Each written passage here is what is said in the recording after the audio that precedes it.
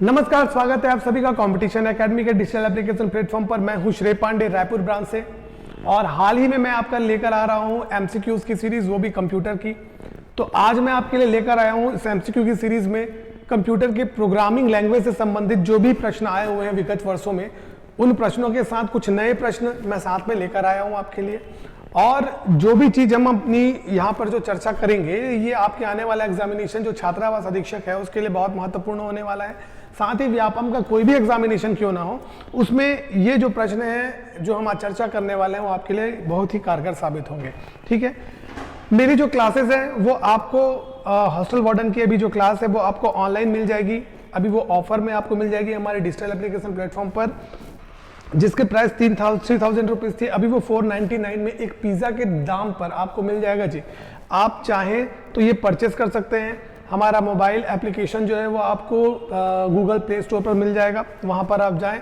और computer classes जो hostel warden के नाम से वो हमारी आपको वहाँ पर मिल जाएगी। ठीक है, साथ ही हॉस्टल वार्डन का पूरा आपको एक कोर्स भी वहाँ पर अवेलेबल है। जो भी विषय वस्तु है हमारी हॉस्टल वार्डन की और हमारी जो किताब है कंप्यूटर विशिष्ट परिचय, उसी कंप्यूटर विशिष्ट परिचय किताब की जो पूरी व्याख्या है आपको मिलेगी मेरी इस क्लास में। ठीक है कि नहीं? साथ में कुछ एमसीक्यू भी आपको उसमें मिलेंगे। बाकी एमसीक्यू तो मैं आपको यूट्यूब के माध्यम से प्रोवाइड करा ही रहा हूं। ठीक है कि नहीं? चलिए, अच्छा एक और बात बताना चाहूंगा क्लास के पहले। अभी 14 जनवरी 2024 मतलब कि आने वाला जो संडे है, उस दिन आपको 9 से 1 बजे तक मैं महामैराथन क्लास ले रहा हूं। किस पर? कंप्यूटर का टॉपिक हमारा क्या रहेगा? सॉफ्टवेयर, कंप्यूटर वायरस और साइबर अटैक। ये 3 टॉपिक है जिस पर मैं क्या ले रहा हूं आपका एक लंबी क्लास लूंगा, जो कि आपके आने वाले एग्जामिनेशन के लिए बहुत महत्वपूर्ण साबित होगी। तो जो रायपुर के स्टूडेंट्स हैं हमारे, वो हमारे सेंटर पर आ सकते हैं और ये पूर्णतः निःशुल्क रहेगा आप सभी के लिए।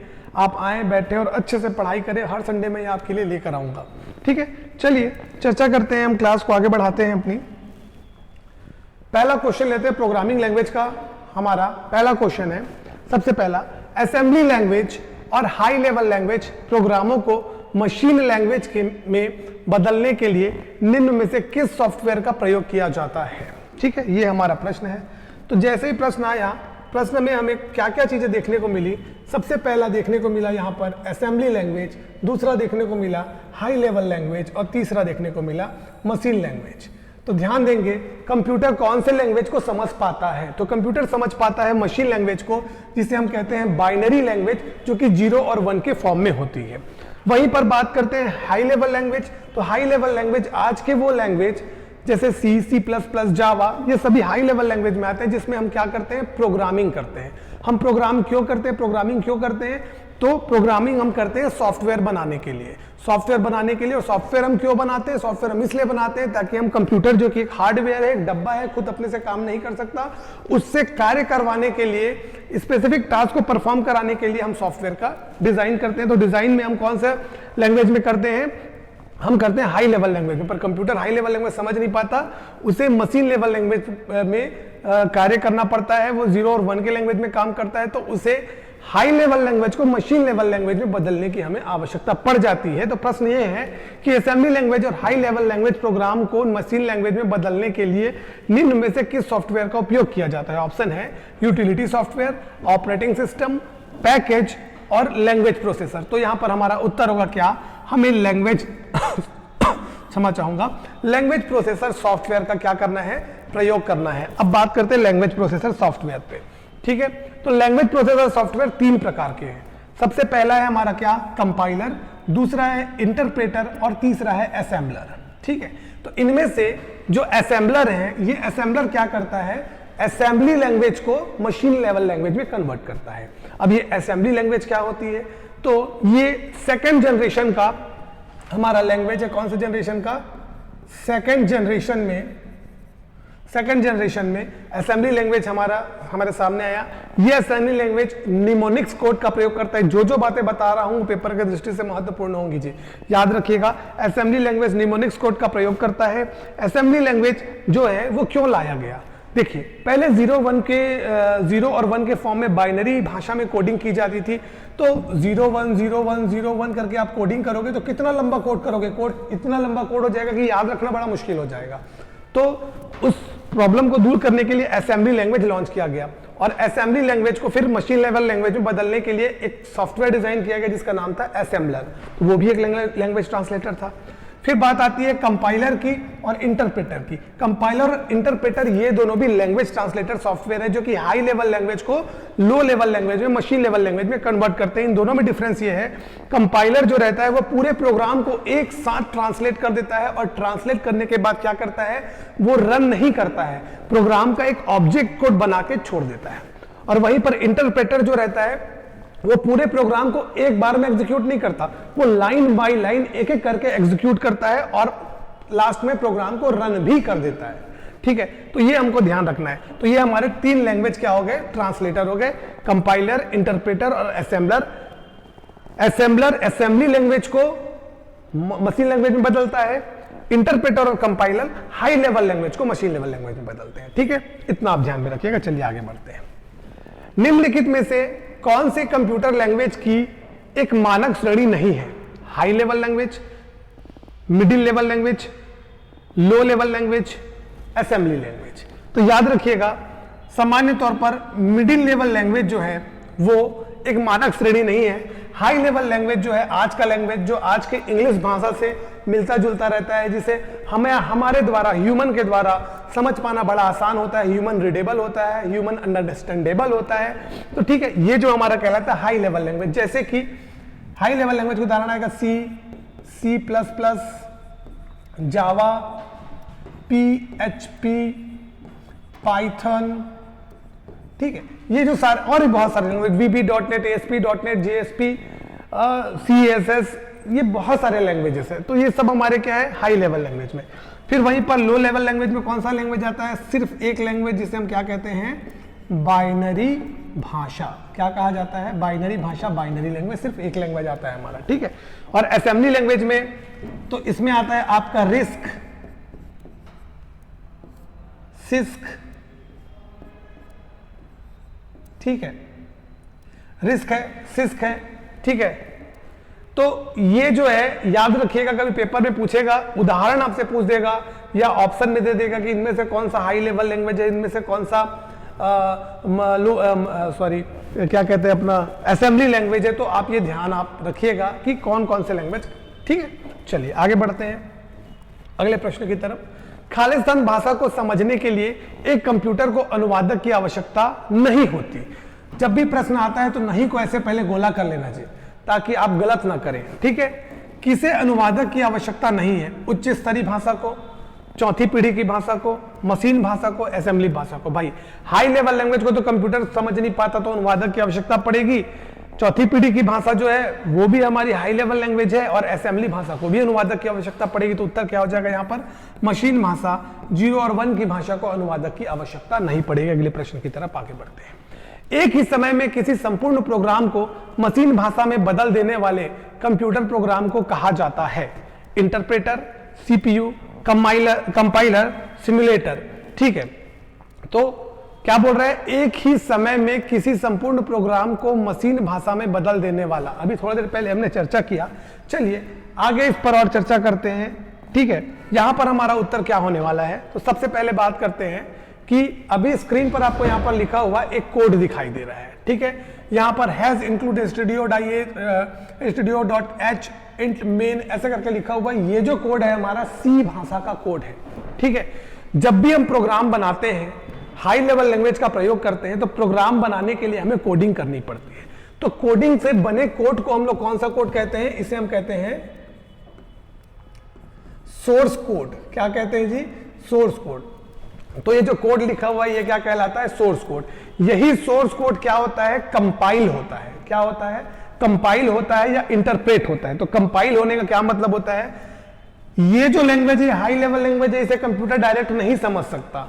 इसे ऑब्जेक्ट कोड में परिवर्तित करने के लिए या मशीन भाषा की कोड में परिवर्तित करने के लिए एक सॉफ्टवेयर का प्रयोग किया जाता है। और ये सॉफ्टवेयर किस प्रकार का सॉफ्टवेयर होता है? ये एक सिस्टम सॉफ्टवेयर होता है।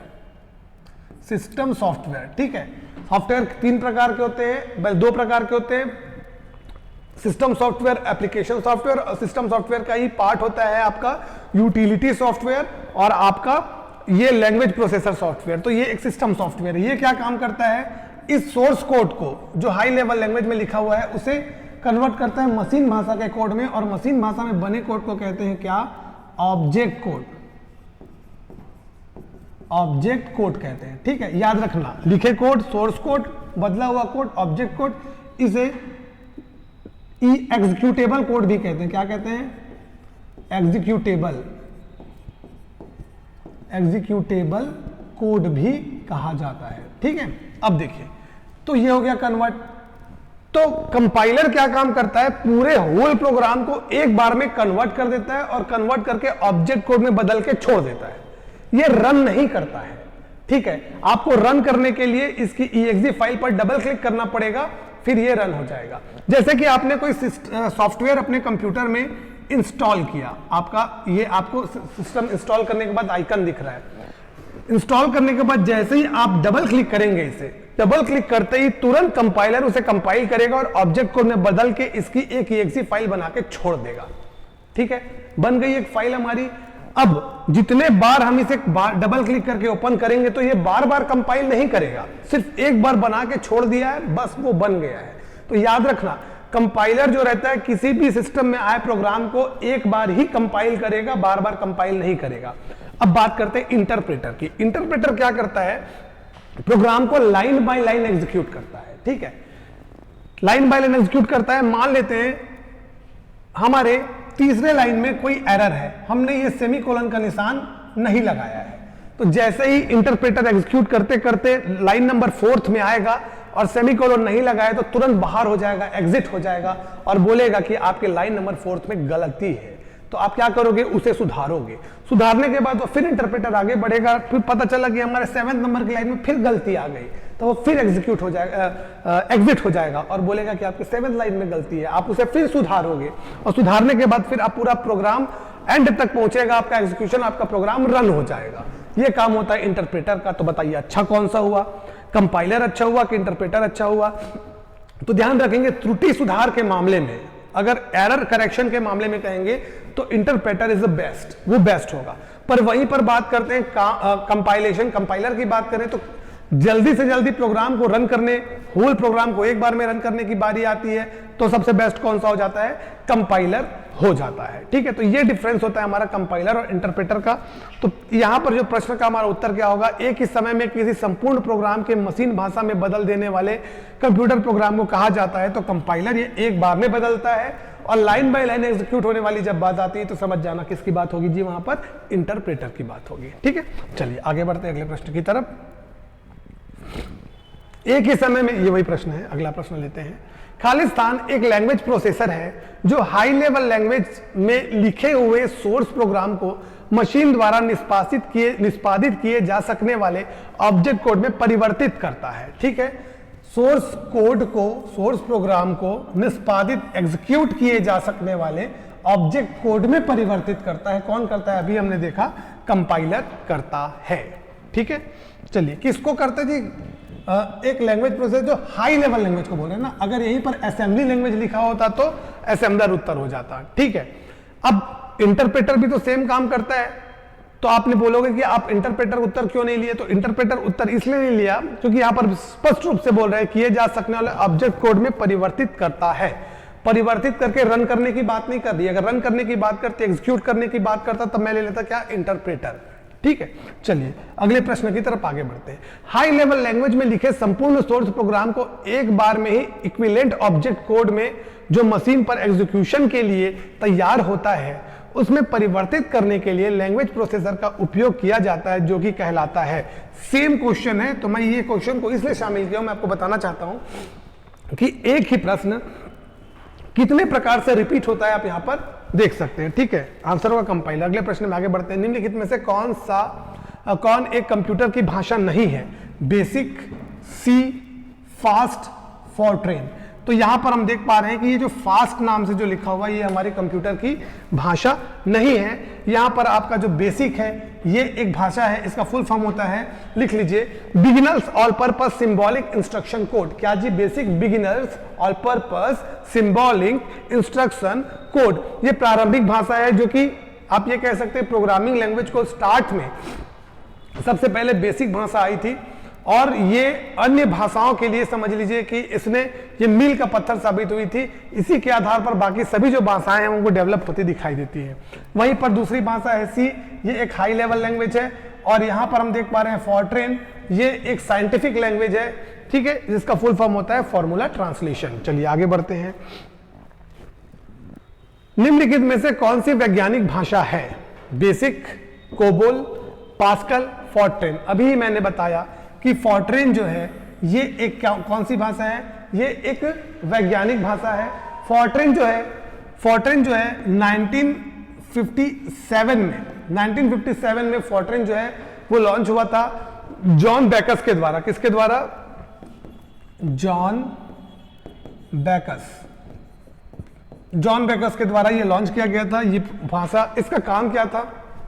जैसे कि आपका एरोप्लेन्स की डिजाइनिंग है, जैसे सपोज मैं बात करता हूं एरोप्लेन्स की डिजाइनिंग, ब्रिज की डिजाइनिंग, किसी फैक्ट्री के मैनेजमेंट पार्ट की डिजाइनिंग, ठीक है, क्या फैक्ट्री को ऑटोमेट करने के लिए जो डिजाइन की जा रही है, इस प्रकार की जो डिजाइनिंग है उसमें एक साइंटिफिक लैंग्वेज का प्रयोग होता था और उसके वो जो लैंग्वेज कहलाता था हमारा क्या? Fortran language, formula translation language कहलाता था, ठीक है।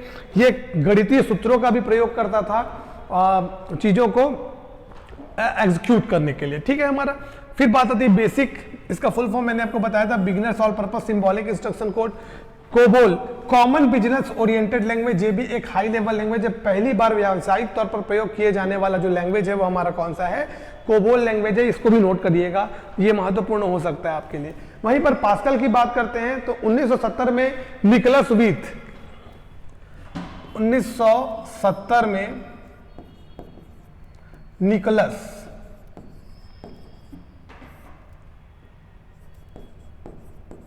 वर्थ के द्वारा ये जो लैंग्वेज है ये डेवलप किया गया था।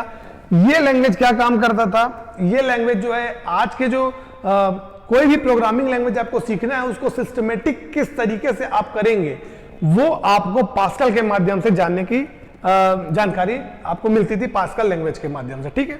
चलिए आगे बढ़ते अगले प्रश्न की तरफ।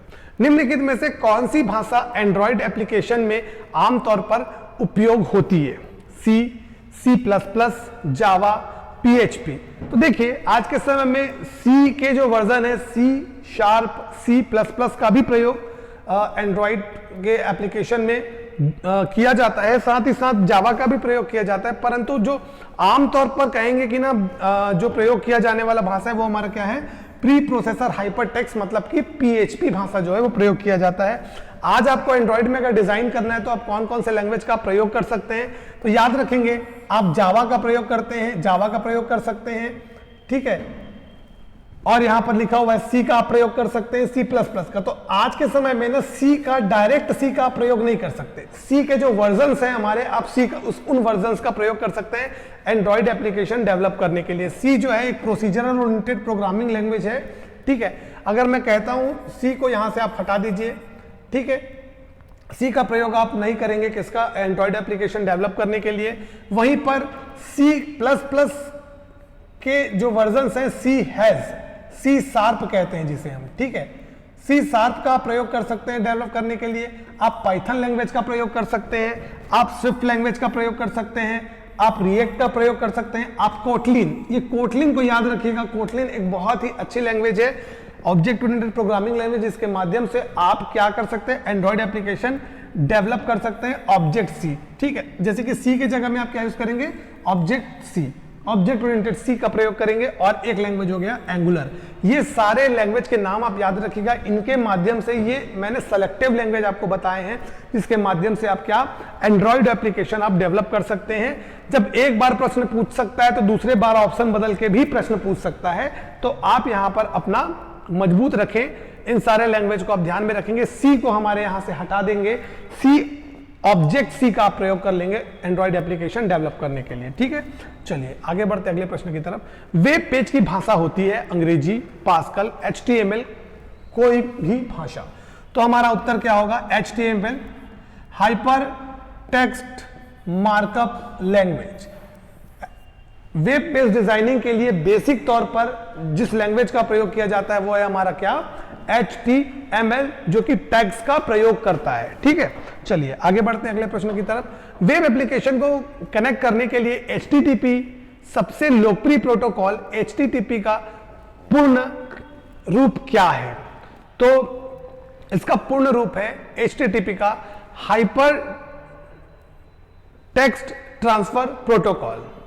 ऑप्शन में देखिए कौन सा है, hyper text transfer protocol, hyper text transfer procedure, highlighted text transfer protocol, hyper text transmission protocol. तो ऑप्शन नंबर ए जो है हाइपर टेक्स्ट ट्रांसफर प्रोटोकॉल, ये हमारा उत्तर होगा। ठीक है, हाइपर टेक्स्ट ट्रांसफर प्रोटोकॉल के माध्यम से ही हम वेब पेज में जब वेब ब्राउजर में हम चीजों को सर्च कर रहे होते हैं तो हम एक वेब पेज से दूसरे वेब पेज में जब कनेक्ट हो पाते हैं, वो हाइपर टेक्स्ट ट्रांसफर प्रोटोकॉल के माध्यम से ही हम कनेक्ट हो पाते हैं। और दूसरा HTTP के माध्यम से ही एक पेज का कंटेंट दूसरे पेज के कंटेंट में लिंक हो पाता है और ट्रांसफर हो पाता है। ठीक है जी, चलिए अगले प्रश्न की तरफ आगे बढ़ते हैं। प्रोग्रामिंग लैंग्वेज सी में कुछ रिजर्व वर्ड्स जो वेरिएबल, एरे अथवा फंक्शन नामों के रूप में प्रयुक्त नहीं किए जा सकते हैं, इन ऐसे रिजर्व कीवर्ड्स को क्या कहते हैं? ठीक है, तो ऐसे रिजर्व कीवर्ड्स को हम क्या कहते हैं? कीवर्ड्स ही कहते हैं। ठीक है, रिजर्व कीवर्ड्स ही कहते हैं। कहने का ये मतलब जो कुछ कीवर्ड्स होता है, जैसे कि हम वेरिएबल डिफाइन करते हैं, प्रोग्रामिंग कर रहे हैं तो हम एक वेरिएबल, इंटीजर वेरिएबल डिफाइन करना है, तो इंटीजर वेरिएबल, जैसे मैंने इंटीजर वेरिएबल किया A, integer variable B, integer variable C, ऐसे मैं डिफाइन कर सकता हूं। पर ऐसे कुछ वर्ड हैं जिन्हें हम नहीं डिफाइन कर सकते। वो कौन कौन से वर्ड हैं? जैसे कि एग्जांपल के तौर पर हम यहां पर देखते हैं, यहां लिखा हुआ है ऑटो, ब्रेक, केस, CHAR, कैर, इंटीजर, इंट। ठीक है, स्ट्रक्चर के लिए स्ट्रक्ट, इफ, वाइल, ऐसे जो शब्द हैं जो पहले से ही सी लैंग्वेज के लिए डिफाइन किए जा चुके हैं, इसको बोलते हैं क्या हम लोग? Reserve keywords. इन रिजर्व कीवर्ड्स का प्रयोग हम क्या कर सकते हैं? ये फिक्स है, इनका जो विशेष काम है अपने कार्य के लिए प्रयोग किया जाएगा। इसका प्रयोग हम क्या, वेरिएबल डिफाइन करने के लिए नहीं कर सकते। ठीक है, चलिए अगले प्रश्न की तरफ आगे बढ़ते हैं। निम्नलिखित में से कौन सी ऑब्जेक्ट ओरिएंटेड प्रोग्रामिंग लैंग्वेज नहीं है? जावा, C++, C#। तो ऑब्जेक्ट ओरिएंटेड प्रोग्रामिंग लैंग्वेज नहीं है, तो आ जाएगा हमारा सी जो है ये ऑब्जेक्ट ओरिएंटेड प्रोग्रामिंग लैंग्वेज नहीं है। वहीं पर जावा, C++ और C# जो है, C# जो है, ये क्या है? हमारा ऑब्जेक्ट ओरिएंटेड प्रोग्रामिंग लैंग्वेज होगा। ठीक है, दो प्रकार के लैंग्वेज होते हैं। एक होता है हमारा ऑब्जेक्ट ओरिएंटेड प्रोग्रामिंग लैंग्वेज जो कि क्लास और ऑब्जेक्ट के फंडे पे काम करता है, और एक होता है हमारा प्रोसीजर ओरिएंटेड प्रोग्रामिंग लैंग्वेज जो वन वे एग्जीक्यूशन पे काम करता है। ठीक है, example of procedure programming language तो आएगा हमारा सी, पास्कल, फॉर्ट्रेन, एडा और बेसिक। ठीक है, जो हमारे पहले के लैंग्वेज है स्टार्टिंग के समय के, वो सारे लैंग्वेज हमारे प्रोसीजर ओरिएंटेड प्रोग्रामिंग लैंग्वेज है। वहीं पर ऑब्जेक्ट ओरिएंटेड प्रोग्रामिंग लैंग्वेज, ठीक है, ये कौन कौन सा होगा? तो यहां पर आ जाएगा, सबसे पहले आएगा आपका C++, आपका आ जाएगा जावा, आपका आ जाएगा पाइथन, ठीक है, आपका आ जाएगा VB, .NET, आपका आ जाएगा रूबी। ठीक है, तो ऐसे और भी बहुत सारे लैंग्वेज है जो आपको क्या मिलेंगे? ऑब्जेक्ट ओरिएंटेड प्रोग्रामिंग लैंग्वेज की श्रेणी में आएंगे। तो इस प्रकार के भी प्रश्न आपको आ सकते हैं। तो आप दोनों ही चीजों को ध्यान में रखिएगा, कौन सा ऑब्जेक्ट ओरिएंटेड है और कौन कौन सा हमारा प्रोसीजरल ओरिएंटेड प्रोग्रामिंग लैंग्वेज है। और भी बहुत सारे लैंग्वेज है ना जी। चलिए आगे बढ़ते हैं। निम्नलिखित में से किस भाषा को डेटाबेस भाषा कहा जाता है? SQL, PHP, पाइथन, जावा। तो ध्यान देंगे, SQL को हमारा कहा जाता है डेटाबेस भाषा। इसका प्रयोग होता है डेटाबेस डिजाइनिंग के लिए। देखिए, जब भी हम कोई प्रोग्राम बनाते हैं या कोई भी सॉफ्टवेयर बनाते हैं, तो सॉफ्टवेयर क्यों किसी भी स्पेसिफिक टास्क को परफॉर्म करने के लिए बनाया जाता है। मान लेते हैं हम डेटा एंट्री का सॉफ्टवेयर बनाते हैं, तो उसका एक फ्रंट एंड, एक फ्रंट डिजाइनिंग होगा। फ्रंट डिजाइन का प्रयोग करने के लिए हम C++, जावा जैसे किसी भी लैंग्वेज का प्रयोग कर सकते हैं। परंतु डाटा एंट्री होने के बाद उन डेटा को स्टोर करने के लिए भी तो एक स्ट्रक्चर बनाना पड़ेगा। तो वो डेटा स्ट्रक्चर को क्रिएट करने के लिए हम डेटाबेस बनाते हैं, और वो डेटाबेस के लिए भी हम एक लैंग्वेज लगता है। तो यहां पर हमने SQL लैंग्वेज का प्रयोग करते हैं, स्ट्रक्चर्ड क्वेरी लैंग्वेज जिसके माध्यम से हम डेटाबेस बना सकते हैं। तो फ्रंट एंड डिजाइनिंग के लिए एक भाषा का प्रयोग होता है और बैक एंड डिजाइनिंग के लिए, डेटाबेस डिजाइनिंग के लिए दूसरी भाषा का प्रयोग होता है, और दोनों को मिलाकर हमारा एक सॉफ्टवेयर क्या हो जाता है, तैयार हो जाता है। चलिए अगले प्रश्न की तरफ आगे बढ़ते हैं। हमारा अगला प्रश्न है, निम्नलिखित सूचियों को सुमेलित कीजिए। यहां पर सूची 1 में लैंग्वेज दिया हुआ है और दूसरे सूची 2 में पीढ़ियां दी हुई है, कौन सी पीढ़ी से कौन सा लैंग्वेज बिलोंग करता है। सबसे पहले देखते हैं मशीन लैंग्वेज। तो देखिए मशीन लैंग्वेज कौन सी पीढ़ी का है, तो हमें पता है कि ये हमारा पहली पीढ़ी का है, तो यहां पर आ जाएगा तीसरा नंबर आ जाएगा पहले के साथ। फिर आते हैं असेंबली लैंग्वेज। असेंबली लैंग्वेज कौन सी पीढ़ी का है, दूसरी पीढ़ी का है, तो यहां पर बी के साथ आ जाएगा 1, ठीक है। फिर देखते हैं नॉन प्रोसीजरल ओरिएंटेड लैंग्वेज, तो ये आ जाएगा हमारा कौन सा, ये हमारा आ जाएगा चौथी पीढ़ी का जो लैंग्वेज है, नॉन प्रोसीजरल लैंग्वेज है हमारा। और हाई लेवल लैंग्वेज हमारा कौन सा है, हमारा तीसरी पीढ़ी का, मतलब 2।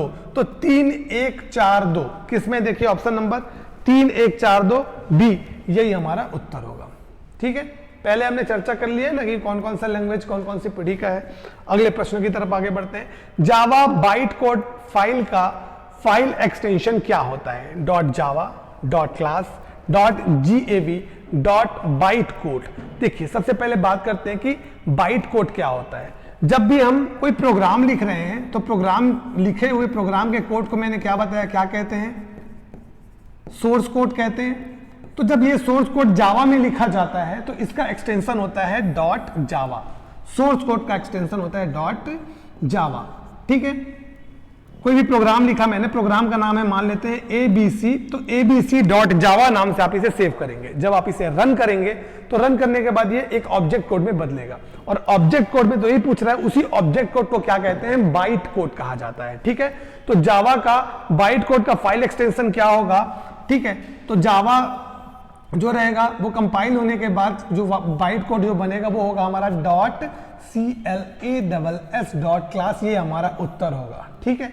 तो ये abc.java abc.class में कन्वर्ट हो जाएगा, तो उसके बाइट कोड का जो एक्सटेंशन होगा वो क्या हो जाएगा, .class होगा। एक्सटेंशन क्या होता है, एक्सटेंशन किसी भी फाइल के पीछे लगा होता है, डॉट के बाद लगा होता है, 3 या 4 डिजिट का हो सकता है, 4 कैरेक्टर का हो सकता है। ये उस फाइल के टाइप को बताता है। जैसे कि किसी भी फाइल, ABC नाम की एक फाइल है और उस ABC नाम की फाइल के पीछे DOC लिखा है, मतलब कि वो एक डॉक्यूमेंट प्रकार का है।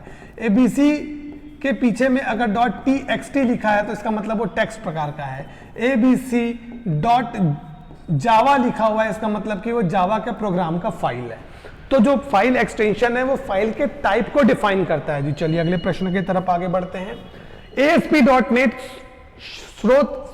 सोर्स कोड फाइल का एक्सटेंशन क्या होता है, तो इसका एक्सटेंशन होता है, ऑप्शन दिया हुआ है .aspx, .asp, .pyc, .as, तो आंसर होगा हमारा क्या, .aspx, ठीक है। चलिए अगले प्रश्न में आगे बढ़ते हैं।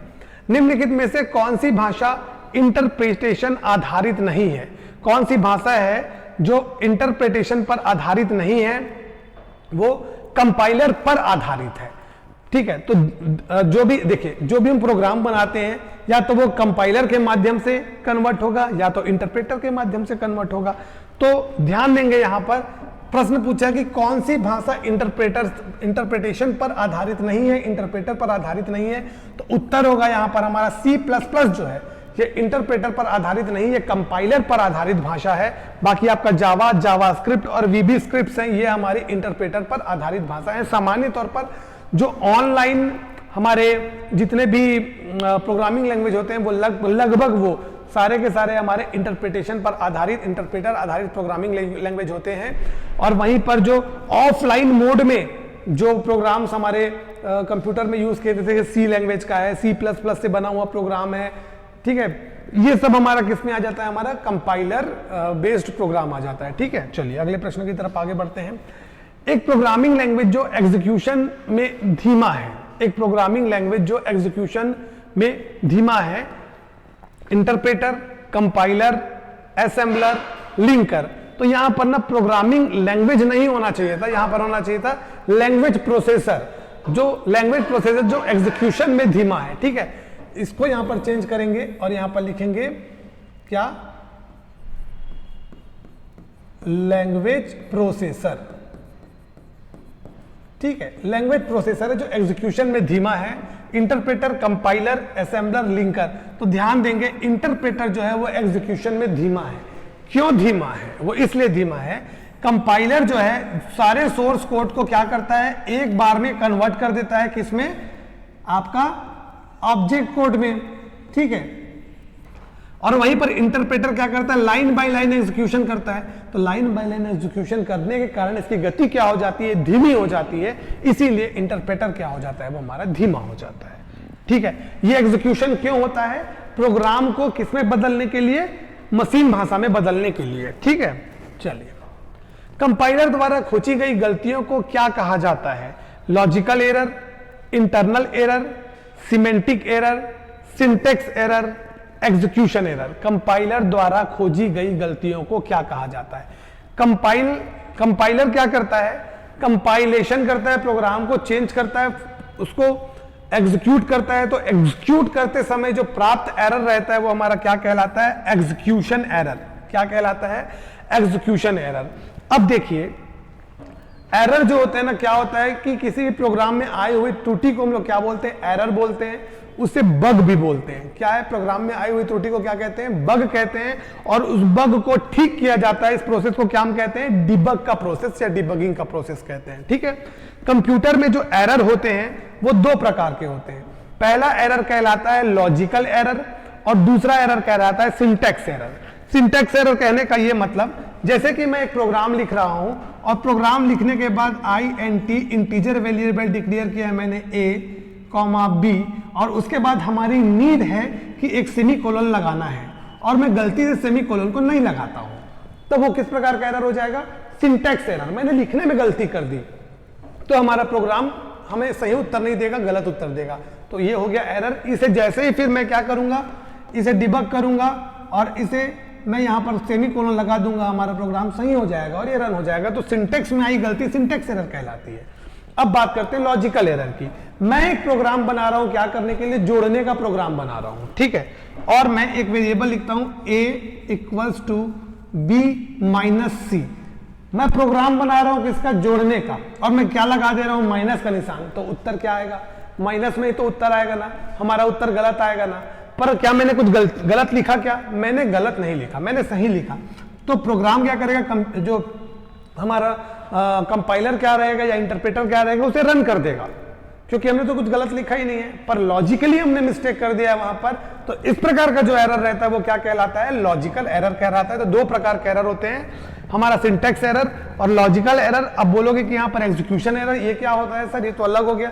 तो ये एग्जीक्यूशन एरर जो है वो आपका कौन सा एरर होगा, सिंटैक्स एरर होगा, एक प्रकार का। जरूरी कुछ वहां पर या तो सिस्टम में कोई प्रॉब्लम आ गई होगी तो एग्जीक्यूशन एरर आया होगा, या सिंटैक्स में कोई दिक्कत आई होगी तो एरर आया होगा। पर कंपाइलर द्वारा खोजी गई गलतियों को क्या कहा जाता है, तो उस समय कहा जाता है उसे एग्जीक्यूशन एरर, एग्जीक्यूट करते समय प्राप्त हुआ एरर है, ठीक है।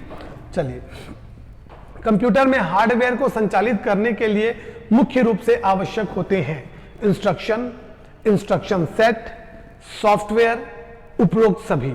क्या बोल रहा है, कंप्यूटर के हार्डवेयर को संचालित करने के लिए, हार्डवेयर को संचालित करने के लिए हमें आवश्यकता होती है सॉफ्टवेयर की, ठीक है, क्योंकि बिना सॉफ्टवेयर के हार्डवेयर तो कार्य कर नहीं सकता। तो जो सॉफ्टवेयर होता है वो बनता किससे, तो बनता है किससे, इंस्ट्रक्शन सेट से। इंस्ट्रक्शन सेट को क्या कहा जाता है, प्रोग्राम, ठीक है। इंस्ट्रक्शन सेट को क्या कहा जाता है, प्रोग्राम कहा जाता है। इन्हीं प्रोग्राम्स के माध्यम से क्या बनता है, सेट ऑफ प्रोग्राम को बोलते हैं हम सॉफ्टवेयर, ठीक है। और जो सेट ऑफ इंस्ट्रक्शन है वो किससे बने हुए, सिंपल इंस्ट्रक्शन से। तो भाई यहां पर हमारा उत्तर क्या होगा, कंप्यूटर के हार्डवेयर को संचालित करने के लिए मुख्य रूप से आवश्यक है इंस्ट्रक्शन की भी आवश्यकता है, इंस्ट्रक्शन सेट यानी कि प्रोग्राम की भी आवश्यकता हो सकती है, हमारे सॉफ्टवेयर की भी आवश्यकता हो सकती है। उत्तर क्या हो जाएगा हमारा, उपरोक्त सभी, ठीक है। चलिए अगले प्रश्न की तरफ आगे बढ़ते हैं। कंप्यूटर में प्रोग्रामिंग भाषा की आवश्यकता क्यों पड़ती है, सॉफ्टवेयर बनाने के लिए, हार्डवेयर बनाने के लिए, रेखा चित्र बनाने के लिए, वीडियो एडिटिंग करने के लिए, तो सॉफ्टवेयर बनाने के लिए प्रोग्रामिंग भाषा की आवश्यकता पड़ती है, ठीक है। चलिए अगले प्रश्न की तरफ आगे। सुमेलित नहीं है, इंस्ट्रक्शन कंप्यूटर को दिया गया सिंगल कमांड, हाँ कंप्यूटर को दिया गया सिंगल कमांड क्या कहलाता है, इंस्ट्रक्शन कहलाता है। प्रोग्राम, इंस्ट्रक्शन का समूह, जी, इंस्ट्रक्शन के सेट ऑफ इंस्ट्रक्शन को हम क्या कहते हैं? प्रोग्राम कहते हैं। सॉफ्टवेयर, हार्डवेयर का समूह, ये हमारा गलत हो जाएगा। हमें बताना था क्या सुमेलित नहीं है, तो ये सी सुमेलित नहीं है, और सॉफ्टवेयर जो होता है वो प्रोग्राम्स का समूह होता है। ठीक है, चलिए आगे बढ़ते हैं।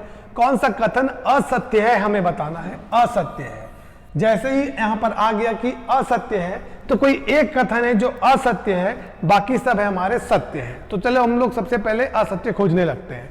मनुष्य के समझने योग्य भाषा कंप्यूटर बिना अनुवादक के नहीं समझ सकता। यह सत्य है कि असत्य है?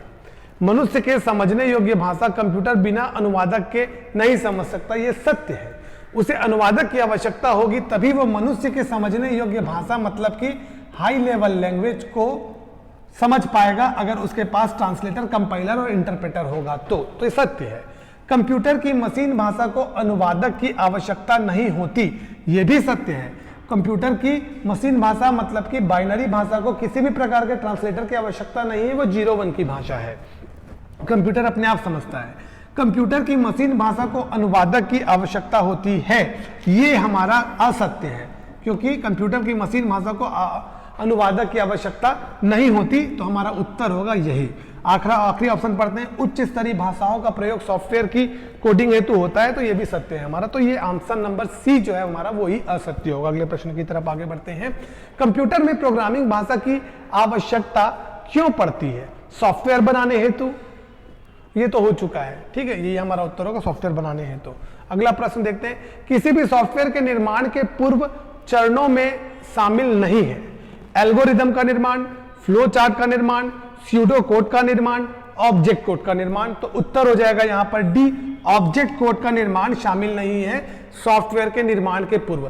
सॉफ्टवेयर के निर्माण होने के बाद कंपाइल होता है, कंपाइल होने के बाद फिर ऑब्जेक्ट कोड बन के तैयार होता है। तो अब बात करते हैं यहां पर एल्गोरिथम, फ्लो चार्ट और स्यूडो कोड क्या है।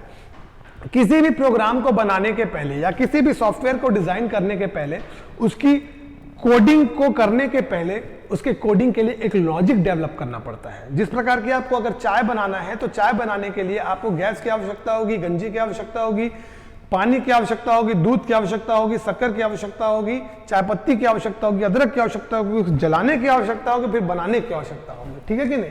तो ये जो पहले प्लानिंग करोगे ना आप, तो उस प्लानिंग को क्या करो, आप कागज में लिख लो लाइन बाई लाइन। जब उसे सामान्य शब्दों में लाइन बाय लाइन अंग्रेजी में ऐसा स्टेप बाय स्टेप आप लिख लोगे चाय बनाने के प्रोसीजर को, तो वो क्या कहलाएगा आपका एल्गोरिथम। तो मतलब प्रोग्राम बनाने के पहले उसके प्रोसेस को लाइन बाय लाइन सिस्टमेटिक लिखने की, मतलब उसके लॉजिक को कोडिंग करने के पहले लॉजिक को लाइन से सिस्टमेटिक लिखना क्या कहलाता है? एल्गोरिथम कहलाता है। और वहीं पर जब उसको डायग्रामेटिक रिप्रेजेंटेशन हम दे देते हैं तो वो क्या कहलाता है? फ्लो चार्ट कहलाता है। ठीक है, जैसे कि अभी मैं आपको इसके आगे समझाऊंगा। सॉफ्टवेयर निर्माण के पूर्व समस्या को सुलझाने के लिए बनाए गए प्रक्रिया को चरणबद्ध तरीके से लिखना क्या कहलाता है? अभी मैंने बताया, यह कहलाता है हमारा चरणबद्ध तरीके से लिखना कहलाता है एल्गोरिथम। ठीक है, कैसा होता है? जैसे कि यहां पर मैंने लिखा हुआ है एक एल्गोरिथम, यह एल्गोरिथम लिखा हुआ है क्या? दो नंबर्स को जोड़ने के लिए। इसको कैसे लिखते हैं? पहले step 1 start, step 2 declare variables number 1 और नंबर 2। नम 1 और नम 2 नाम का हमने दो वेरिएबल डिक्लेयर किया। Read values number 1 and number 2। इसके अंदर में आप मान लेते हैं आपने 2 डालेंगे, आप 4 डालेंगे, आपने रीड किया। फिर आप क्या करेंगे? Add number and number 1 and number 2 and store in sum. Sum में 2 और 4 को जोड़ो, नंबर 1 और नंबर 2 को जोड़ो और स्टोर कर दो और डिस्प्ले कर दो सम को। तो ये एक लॉजिक जो हमारा है उसको क्या है, स्टेप बाय स्टेप लिख दिया। ये कहलाता है हमारा क्या? एल्गोरिथम। ठीक है, चलिए आगे बढ़ते हैं। अच्छा, ये एल्गोरिथम्स की आवश्यकता क्यों पड़ती है पहले ये देखो। जैसे कि आज एक बड़ी कंपनी है, एक बड़ी कंपनी में बहुत बड़ा सॉफ्टवेयर बन रहा है, वो कई अलग अलग मॉड्यूल में बन रहा है। एक व्यक्ति ने, एक प्रोग्रामर ने एक मॉड्यूल बनाया हुआ है, ठीक है। अब क्या हुआ, अचानक से उसकी तबीयत खराब हो गई, वो अपने घर चला गया 15 दिन के लिए। अब नया व्यक्ति उस मॉड्यूल पे काम कर रहा है, उस व्यक्ति को कैसे पता चलेगा कि क्या क्या कोडिंग करना है? तो उसके लिए वो सीधा जाएगा और पढ़ेगा किसको? एल्गोरिथम को। वो एल्गोरिथम को पढ़ेगा, उससे उसको लॉजिक डिजाइन समझ में आ जाएगा, है ना। तो ये जो एल्गोरिथम इसलिए भी निर्माण किया जाता है कि भविष्य में अगर लॉजिक में कोई बदलाव करना है तो एल्गोरिथम को पढ़ के वहीं पर से हम चीजों को बदलाव कर लें, तब जाके फिर आगे हम कोडिंग में बदलाव करेंगे, ठीक है कि नहीं? तो इसलिए भी एल्गोरिथम काम में आता है। चलिए आगे बढ़ते हैं। व्यावसायिक रूप से व्यापारिक कार्यों के लिए प्रयोग में लाई गई भाषा है पास्कल, कोबोल, HTML, DBMS। तो यहां पर उत्तर जाएगा हमारा क्या? COBOL. Common business oriented programming language COBOL कहलाता है। Common business oriented language COBOL, ये व्यावसायिक तौर पर पहली बार प्रयोग में लाई गई भाषा है। वहीं पर DBMS जो है उसका फुल फॉर्म होता है डेटाबेस मैनेजमेंट सिस्टम, ठीक है? चलिए आगे बढ़ते हैं अगले प्रश्न की तरफ। सॉफ्टवेयर निर्माण के पूर्व प्रोग्राम लॉजिक को ग्राफिक्स के रूप में प्रदर्शित करना कहलाता है। तो अभी ही मैंने बताया कि जब उसे लाइन बाय लाइन लिखते हैं तो वो क्या कहलाता है? हमारा एल्गोरिथम। और जब उसे कन्वर्ट कर दिया जाता है किसमें? ग्राफिकल डायग्राम में, तो वो क्या कहला जाता है? हमारा फ्लो चार्ट, वो कहलाता है फ्लो चार्ट। ऑप्शन होगा डी हमारा, फ्लो चार्ट निर्माण कहलाता है। कैसा होता है फ्लो चार्ट?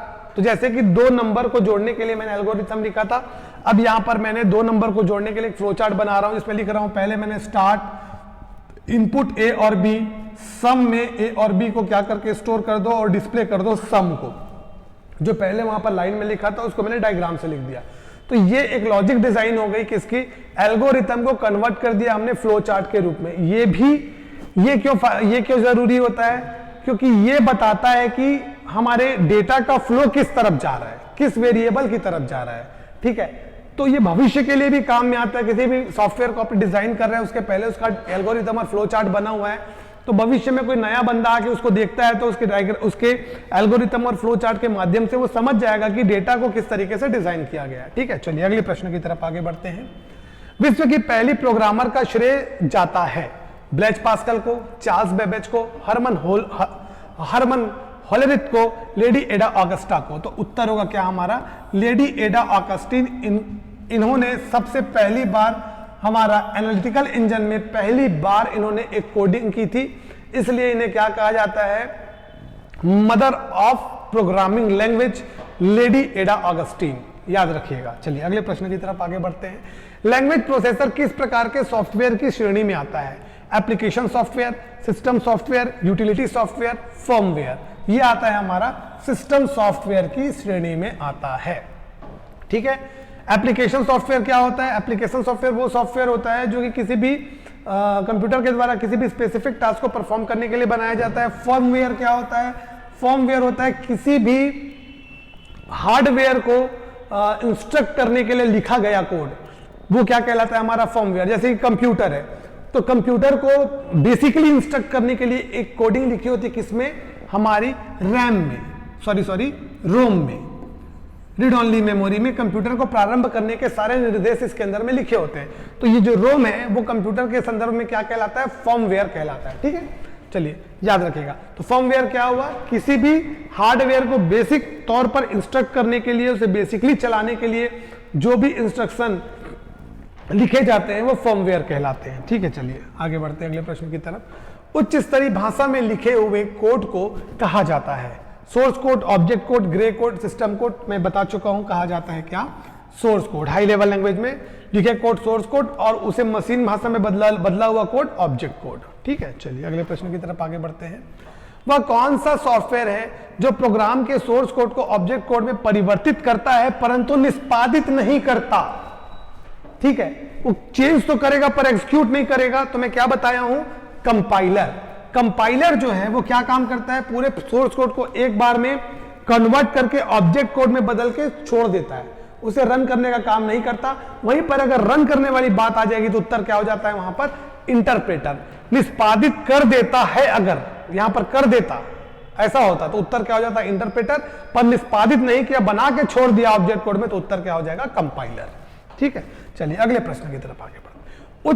उच्च स्तरीय भाषा में के सोर्स कोड को कंपाइलर के द्वारा निम्न स्तरीय भाषा के कोड में बदला हुआ कोड कहलाता है? सोर्स कोड की ऑब्जेक्ट कोड, बीसीडी कोड, इनमें से कोई नहीं तो वो कहलाता है ऑब्जेक्ट कोड। इस पर हमने भी चर्चा कर चुके हैं। चलिए अगले प्रश्न की तरफ आगे बढ़ते हैं। कंप्यूटर में एरर के कितने प्रकार होते हैं? Syntax error, logical error, bug error, A और बी दोनों। तो हमारे दो प्रकार के एरर हमने देखे थे, सिंटैक्स एरर और लॉजिकल एरर। ये दोनों दो प्रकार के हमारे एरर होते हैं, ठीक है? अभी मैंने थोड़ी देर पहले आपको बताया ना, इंटीजर ए बी वाला जो मतलब सेमीकोलन नहीं लगाया था, जो मैंने जो सिंटेक्स का एरर किया, फिर माइनस का निशान लगा के, तो वो हो गया हमारा। ठीक है, ये दो प्रकार के एरर हमको दिखाई देते हैं। अगला प्रश्न में आगे बढ़ते हैं।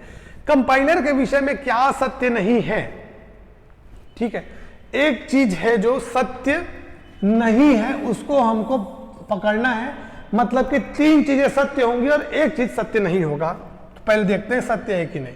कंपाइलर सभी प्रोग्राम को एक सिंगल बेच में कन्वर्ट करता है, एक साथ कन्वर्ट करता है, तो सत्य है हमारा पहला वाला, चर्चा कर लिए हम। कंपाइलर कंपाइल्ड प्रोग्राम को रन नहीं करता है, यह भी सत्य है, सिर्फ कन्वर्ट करके छोड़ देता है। कंपाइलर उच्च स्तरीय भाषा को निम्न स्तरीय भाषा में बदलता है, हाँ ये भी सत्य है। कंपाइलर एक हार्डवेयर है, यही असत्य है, क्योंकि कंपाइलर एक सॉफ्टवेयर है। ठीक है, चलिए अगले प्रश्न की तरफ आगे बढ़ते हैं। इंटरप्रेटर के विषय में क्या सत्य नहीं है? ठीक है, क्या सत्य नहीं है, मतलब एक चीज सत्य नहीं है और तीन चीज सत्य है। ठीक है, इंटरप्रेटर पूरे प्रोग्राम को एक साथ अनुवादित करता है, यही वाला असत्य है जी, यही हमारा उत्तर होगा, यही सत्य नहीं है, क्योंकि इंटरप्रेटर तो लाइन बाय लाइन एग्जीक्यूट करता है। दूसरा ऑप्शन पढ़िए, इंटरप्रेटर पूरे प्रोग्राम को लाइन बाय लाइन अनुवादित करता है, हाँ ये सत्य है। इंटरप्रेटर के माध्यम से प्रोग्राम में त्रुटियों को खोजना आसान हो जाता है, हाँ बिल्कुल आसान हो जाता है, क्योंकि जब हम एग्जीक्यूट कर रहे होते हैं, जहां पर गलती मिलती है वहीं से बाहर हो जाते हैं, तुरंत उसको क्या कर लेते हैं, ठीक कर लेते हैं, तो ये भी आसान हो गया। इंटरप्रेटर प्रोग्राम को अनुवादित करने के बाद निष्पादित भी करता है, ये भी सत्य है। ठीक है, तो ये वाला हमारा असत्य है। ऐसे प्रश्नों को इसलिए शामिल किया हूं ताकि आप इसकी पूरी थ्योरी आपकी कंप्लीट हो जाए, इसके विषय में आप कैसा भी प्रश्न पूछे आपसे बन जाए। वह कौन सा सॉफ्टवेयर है जो प्रोग्राम के सोर्स कोड को ऑब्जेक्ट कोड में परिवर्तित करता है, साथ ही उन्हें निष्पादित भी करता है? आ गया ना वही क्वेश्चन, निष्पादित भी कर दिया, तो ये कौन सा हो जाएगा? असेंबलर है कि कंपाइलर है, प्रेजेंटर है कि इंटरप्रेटर है? तो उत्तर क्या हो जाएगा हमारा? इंटरप्रेटर। मतलब क्या किया उसने, सोर्स कोड को ऑब्जेक्ट कोड में बदला और बदलने के बाद निष्पादित भी कर दिया, एग्जीक्यूट भी कर दिया, रन कर दिया, मतलब तो हो गया हमारा इंटरप्रेटर। और रन नहीं करता तो कंपाइलर। अगला प्रश्न, यह एक प्रोग्राम का कंट्रोल स्ट्रक्चर है जो प्रोग्राम में की गई एक कंडीशन को बार बार दोहराता है। कोई भी एक कंडीशन है, वही कंडीशन बार बार रिपीट आपकी होती रहे, ऐसा कौन सा कंट्रोल स्ट्रक्चर है? नेस्टेड, लूपिंग, एरे और कीवर्ड। तो याद रखेंगे उसे हम कहते हैं लूपिंग। लूप लगाना, एक ही क्रिया को बार बार करना है। ठीक है, जैसे कि आपको डिजाइन करना है टेबल जनरेशन के लिए एक प्रोग्राम, मतलब टेबल जनरेशन मतलब कुर्सी टेबल वाला नहीं बोल रहा हूं, 2 पहाड़ा, 3 का पहाड़ा, 5 का पहाड़ा जनरेट करना है, तो इंटू करके बार बार वही क्रिया को आप जब दोहराओगे तो वो जो उसके लिए जो आप लूप कंट्रोल स्ट्रक्चर का यूज करोगे वो कहलाएगा आपका लूपिंग। ठीक है, लूप कहलाता है। चलिए अगले प्रश्न की तरफ आगे बढ़ते हैं। कंपाइलर के द्वारा किस प्रकार के एरर नहीं खोजे जा सकते? Syntax error, logical error, system error, program error. तो ध्यान देना, कंपाइलर के द्वारा कौन सा एरर नहीं खोजा जा सकता? तो कंपाइलर के द्वारा लॉजिकल एरर नहीं खोजा जा सकता। क्यों नहीं खोजा जा सकता? वो इसलिए नहीं खोजा जा सकता, जैसे कि मैं भी बताया ना कि मैं प्रोग्रामिंग लिख रहा हूं क्या करने के लिए, दो नंबर को जोड़ने के लिए। ठीक है, C = A+B, ये अगर मैं लॉजिक हमारे कोडिंग में लिखता हूं तो उत्तर सही प्राप्त होगा। ठीक है, परंतु अगर इस प्लस की जगह में माइनस का निशान अगर लगा देता हूं तब क्या हो जाएगा? ये हमारा सिंटेक्स तो सही होगा पर लॉजिकली ये गलत होगा। तो क्या करेगा कंपाइलर? इसे सिस्टमेटिक रन कर देगा। ठीक है, और उत्तर हमारा गलत आएगा। अब मैं इसमें इनपुट डालूंगा 2 और A के लिए 2 डाला, B के लिए 2 डाला, मैं चाहूंगा कि उत्तर क्या आए? 4 आए, पर उत्तर क्या आएगा? 0 आएगा। ठीक है, क्यों? क्योंकि मैंने लॉजिकली गलत लिख दिया है। तो लॉजिकल एरर को पकड़ पाना जो रहता है कंपाइलर के लिए आसान नहीं होता। ये काम किसका है? लॉजिकल एरर को फाइंड करना प्रोग्रामर का काम है। प्रोग्रामर जो टेस्टर का काम है, जो टेस्टिंग में बैठा हुआ है, टेस्ट कर रहा है, ये उसका काम है। चलिए आगे बढ़ते हैं अगले प्रश्न की तरफ। जावा की निर्माण किस कंपनी ने किया है? सन माइक्रोसॉफ्ट, सन माइक्रो सिस्टम, जावा कॉर्पोरेशन, इनमें से कोई नहीं। तो याद रखिएगा सन माइक्रो सिस्टम ने जावा का जो है आविष्कार किया है। ठीक है, चलिए अगले प्रश्न की तरफ आगे बढ़ते हैं।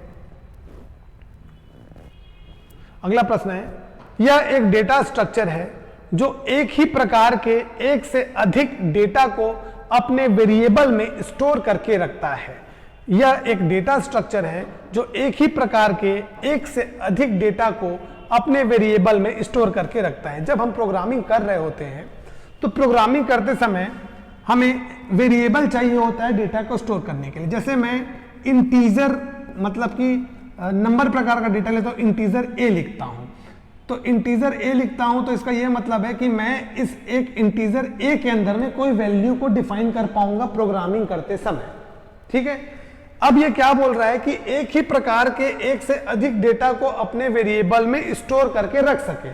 तब मैं क्या करता हूं, यहां पर मैं लिखता हूं इंटीजर ए और यहां पर एक कोष्टक लगा देता हूं और इसके नीचे लिख देता हूं 10। इसका मतलब होता है मैंने एक एरे स्ट्रक्चर क्रिएट किया। क्या एरे स्ट्रक्चर क्रिएट किया? इसका मतलब यह है कि इस ए में मैं इंटीजर के 10 प्रकार के वैल्यू रख सकता हूं। इस ए में मैं 10 अलग अलग वैल्यू रख सकता हूं, किसके? ए के लिए।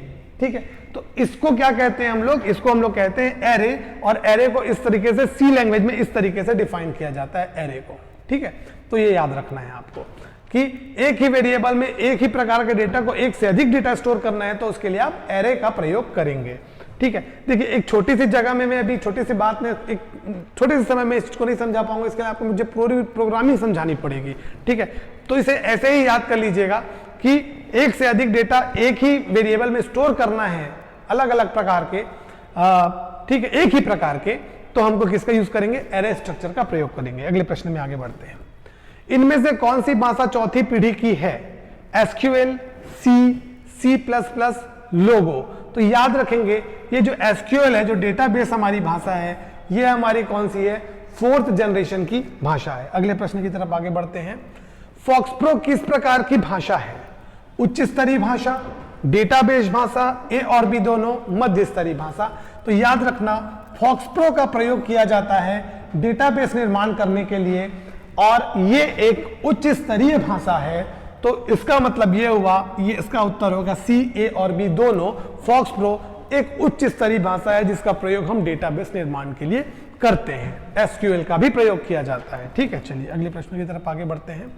इनमें से कौन सा सिस्टम प्रोग्राम मेमोरी में प्रोग्राम और लाइब्रेरी फाइल को लोड करता है? इनमें से कौन सा सिस्टम प्रोग्राम मेमोरी में प्रोग्राम और लाइब्रेरी फाइल्स को लोड करता है? तो लोड करने का काम कौन करेगा जी?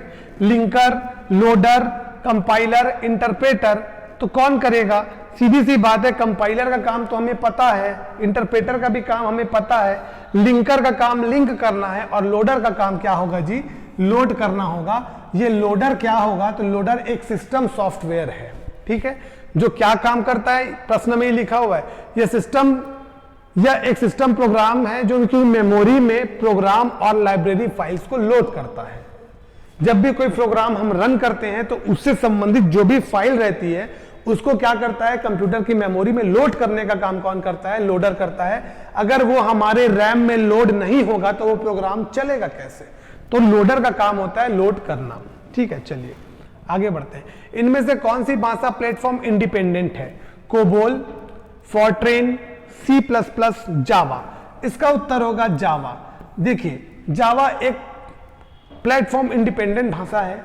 जावा को जैसे कि इसके बारे में एक बात बता रहा हूं कि जावा को अगर आपको लिखना है, प्रोग्रामिंग करनी है, तो उसके लिए किसी विशेष सॉफ्टवेयर की आवश्यकता नहीं है।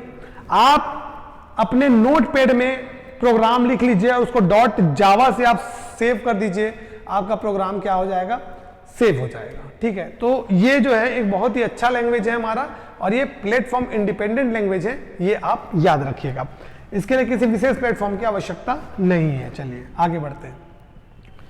ठीक है, इतना ही प्रश्न हमारा प्रोग्रामिंग लैंग्वेज से है। बहुत ही कम समय में लेने की कोशिश किया, जितना भी हो सकता है मैं समझाने के लिए आपकी कोशिश करता हूं। ठीक है कि नहीं? हमारे जो ऑनलाइन कोर्सेज हैं वो हमारे एप्लीकेशन पर अवेलेबल हैं, जो मैंने आपको प्रारंभ में ही दिखाया था।